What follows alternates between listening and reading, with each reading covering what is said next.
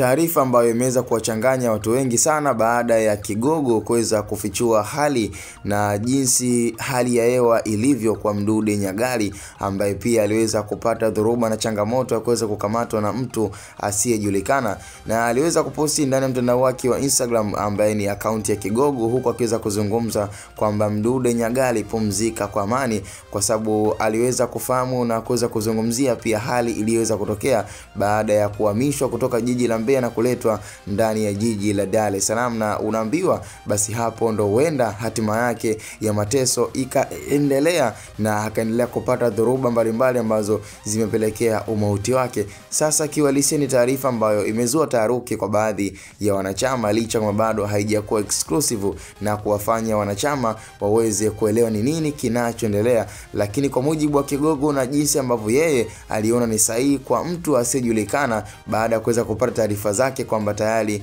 mwamba Mdude Nyagali, na hata picha ambazo ziliweza kusambaa, na kama unavyoweza kumuona hapo akiwa bado yuko katika hali ambayo still haijajulikana kwamba je, yuko salama na yuko wapi na amekamatwa na nani. Lakini mpaka sasa hivi Kigogo ameendelea kuaminisha na ameendelea kutoa taarifa kwamba mwamba huyu Mdude Nyagali,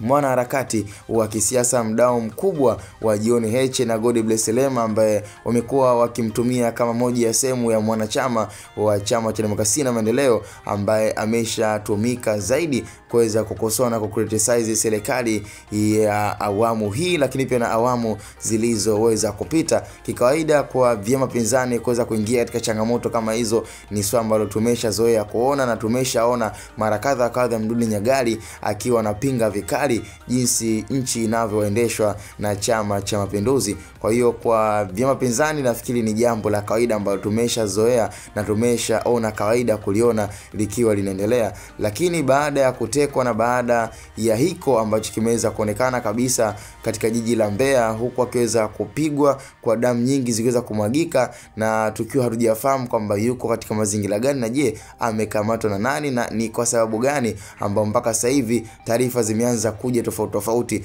Kuna watu wanaamini kwamba huenda kile kilichoweza kuzungumzwa na Kigogo kwamba Mdude Nyagali amefariki dunia huenda ikawa ni kweli. Yani taarifa bado zimekuwa hazina ukweli na uhakika, lakini kwa picha zilizoweza kusambaa zilikuwa ni picha ambazo zinaonesha kabisa kwamba hali ya mwamba haiko vizuri. Kwa taarifa tulionayo, na tunaendelea kuhakikisha kabisa kwamba tunapata taarifa kuweza kutoa kwa umakini, ili mradi kujua ni nini kinachoendelea na nini kilichoweza kutokea kwa Mdude Nyagali. Cha msingi tukutane kwenye comment ni Hatuboy Media.